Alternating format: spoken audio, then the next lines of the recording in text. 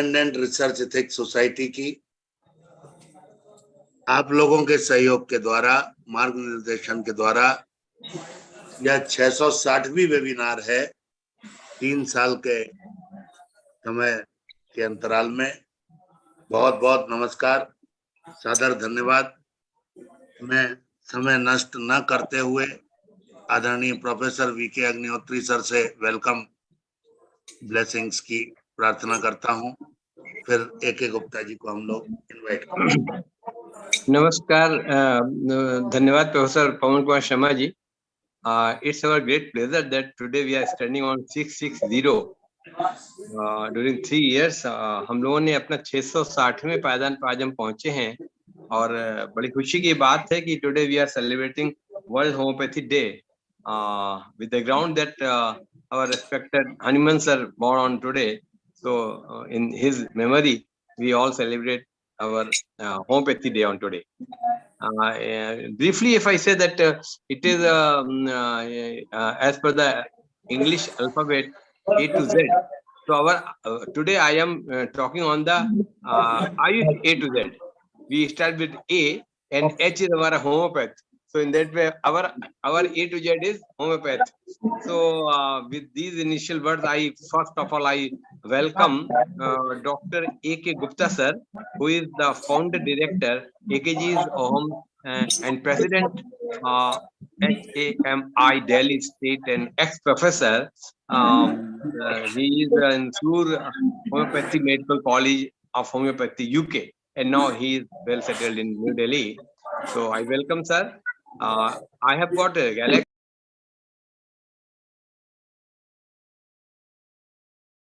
So you are all welcome, sir, over here, and ma'am. We are eager to listen from you with all the deepest knowledge and its practical approach with so many diseases where I was just going through one of the articles that where the surgery is recommended, it is the homeopath which comes forward and which avoids the surgery, and the patient gets benefit of it. So with all these initial words, I welcome you again and again. And we are all eager to have great knowledge from you people. Thank you so much. And over to Pawan Kumar Sharma ji. Thank you very much, sir. Now I would like to request Dr. AK Gupta sir. Welcome, sir, to inaugurate the celebration. Namaskar, sir, to all of you, and very good evening. And at the first of outset, am I audible? Yes, sir. Clear. My heartiest greetings to all on the 268th birthday of Master Dr. Hanuman. On that occasion, we are celebrating the World Homeopathy Day also. And today has been a very hectic day for us. We have been having a lot of celebration. I mean, there in the Vigyan Bhavan, Dr. Dwivedi was there also. Then we had another function at Defense Colony where we got Dr. Hanuman's birth. So floral tributes were there. So I'm coming just from there. So, and that's what I said, a little bit excused, and I have to attend another more webinar little later on. So first of all, as we have given up the topic, the advancement and the approaches in homeopathy. First of all, I would like to say that homeopathy is one system which is in a very natural manner, और उसकी अपनी प्रकृति इस बात की है कि जहाँ पे वो ये कहा जाता है कि जहाँ पे बाकी पद्धतियाँ खत्म हो जाती है वहाँ पे होम्योपैथी शुरू होती है। शुरू इन द सेंस जहाँ पे लोग अपने आप को समझते हैं कि हमारा किसी चीज से अब कोई इलाज नहीं है, और कुछ लोग तब ये सोच के आते हैं कि चलो अब होम्योपैथी ट्राई करते हैं। परंतु अब समय बदल गया है, क्योंकि जब जितनी एडवांसमेंट अब होम्योपैथी में हो रही है, जितनी रिसर्च हो रही है, जितने एविडेंसेस केसेस आ रहे हैं, जहाँ पे हमने आम प्रॉब्लम्स के साथ साथ देखते हुए advance stages of even cancer के, रीनल फेलियर के और डायबिटीज के, और जहाँ तक इसकी नेफ्रोपैथी है या न्यूरोपैथी है, उस केसेस में भी होम्योपैथी को काफी इफेक्टिव पाया। जिन केसेस में जो पेशेंट CKD के हैं वो उस पे डायलिसिस पे चल रहे थे या चल रहे हैं, उनकी डायलिसिस की जो फ्रीक्वेंसी है वो कम कर पाने में हम सक्षम हुए हैं, और कुछ केसेस में तो डायलिसिस बंद भी हो गया। तो ये जो है एडवांसमेंट वाली की बात की। और दूसरी है अपॉर्चुनिटीज वाली बात में भी अभी still there is a lot of things to be done. अभी it is not the end of the road. There is still a lot of things, lot of openings are there, जिसमें autoimmune disorders में homeopathy का बहुत अच्छा role है। और वहाँ पे उसमें जितनी भी प्रॉब्लम्स हैं आजकल देखी जाती है, जो साइकोसोमेटिक हैं या जीवन जो इवन एट्रोजेनिक डिजीज है, एट्रोजेनिक डिजीज में भी होम्योपैथी बहुत अच्छे रूप से प्रभावी इफेक्ट दिखा रही है।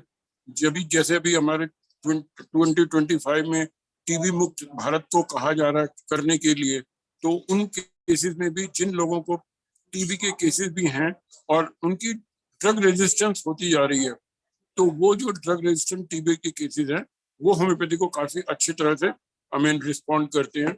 और कुछ असाध्य रोग जिनमें ये न्यूरोलॉजिकल असाध्य रोग हैं, जैसे कि मोटर न्यूरॉन डिजीज वगैरह है, ALS का है, जिसका कि कहा जाता है कि किसी भी सिस्टम में इलाज नहीं है, और जो खासतौर पे एलोपैथी के डॉक्टर या न्यूरोलॉजिस्ट है या हॉस्पिटल है, वो पेशेंट को इतना हताश कर देते हैं कह के कि इसका इलाज संभव ही नहीं है। तो ऐसे में जो पेशेंट की जो मॉरल होता है वो काफी डाउन जाता है। और हमने अपने होम्योपैथिक रिसर्च जो हम अपने एक ही डिवीजन पे कर रहे हैं मोटर न्यूरॉन डिजीज से, हमने पाया कि काफी हद तक पेशेंट्स की जो उनकी प्रोग्रेसिव डिजेनरेशन है उसको हम स्लो डाउन करने में काफी हद तक सक्षम रहे हैं। हाँ, हम ये नहीं कहते कि हम उनको क्योर कर पाए हैं, पर उनकी जो लाइफ एक्सपेक्टेंसी है और द क्वालिटी ऑफ लाइफ उसको काफी हद तक इम्प्रूव कर पाए हैं।